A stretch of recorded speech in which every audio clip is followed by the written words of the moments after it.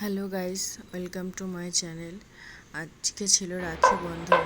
আমি একদিন পরে ভিডিওটা দিচ্ছি। তো এটা হচ্ছে আমার দাদা, নিজের দাদা না, একটা পাড়া প্রতিবেশী দাদা আছে। তো তার বোন নেই। তো আমি এখানে জামশেদপুরে টাটানগরে থাকি। তো সে আমাকে বললো যে আমার কোনো বোন নেই, সে যখন রাখি বন্ধন আসে তারও হাতটা খালি থাকে, আর রাখি বন্ধন আসলে আমারও মনটা খারাপ হয়ে যায়, আমার ভাইয়ের কথা মনে পড়ে। ওই জন্য সে বললো যে তুমি আমাকে রাখি বাঁধো। চলো, তোমারও ভালো আমারও ভালো হবে। তো ওই কারণে দাদাকে নিয়ে আসা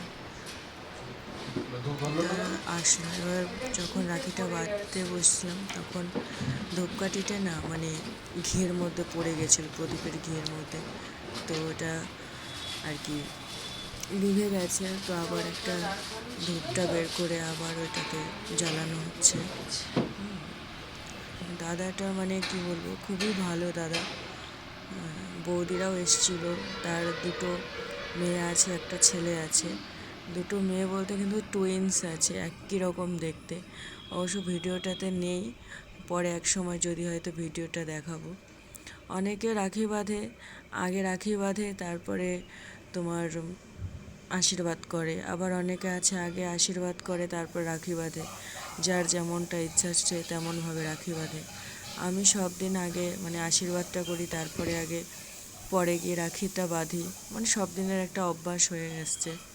তো সেভাবেই রাখিটা বাঁধি। তো সেভাবেই রাখিটা বাঁধলাম।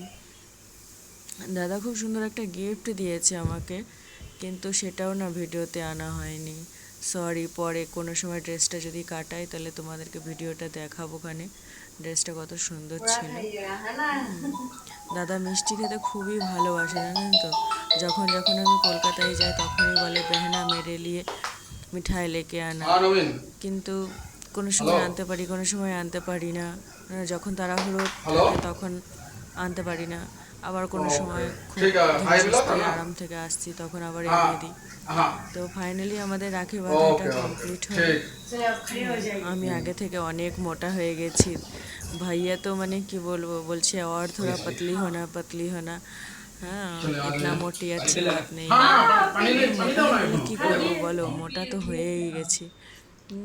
দাদার খুব জল তৃষ্ণা পেয়েছিল, দাদা ওই জন্য পরে আবার একটু জল খেয়ে নিচ্ছে।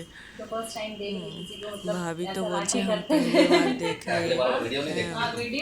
ভাবিরও কোনো